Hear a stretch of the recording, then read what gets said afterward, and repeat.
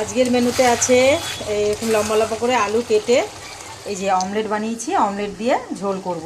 আর ঝোল না, মানে ডাল আছে তো একটু মাখা মাখা করব। তো দেখো এখানে মশলাটা কষিয়ে নিচ্ছি। মশলার ভেতরে দিয়েছি আদা, কাঁচা লঙ্কা, পেঁয়াজ, রসুন দিইনি, ব্যাস টমেটো, এটাই আছে মশলায়। এটাকে দিয়ে কষিয়ে নিচ্ছি। হয়েই গেছে কষানো, তেল ছেড়ে দিয়েছে। আর নুন, হলুদ, লঙ্কার গুঁড়ো, জিরার গুঁড়ো, এগুলো তো কমন, এগুলো তো থাকবেই। হ্যাঁ, এগুলো তো রয়েছে। আর তোমার কী বলে, নামার সময় একটু ভাজা মশলা দিয়ে দেবো, যেটা আমি মানে বাড়িতেই বানিয়ে রেখে দিই। শেষ হলে আবার বানাই, মানে ওটা বাড়িতেই বানাই আর কি। খুব মানে প্রত্যেক তরকারিতে দিলে ওর মানে বেশ সুন্দর গন্ধও ছাড়ে আর টেস্টও বাড়ে। তো দেখো হয়ে গেছে আমার মশলা কষানো।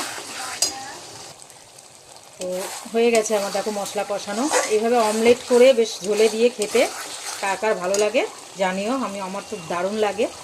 এই যে জল দিয়ে দিলাম, জলটা আমি অল্পই দেবো, বেশি ঝোল করব না।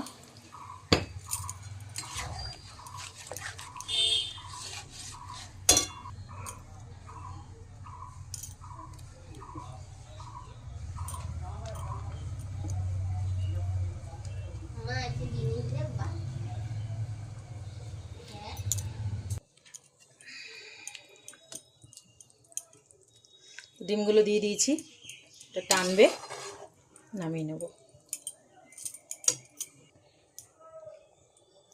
এই যে একটু ভাজা মশলা দিয়ে দিলাম।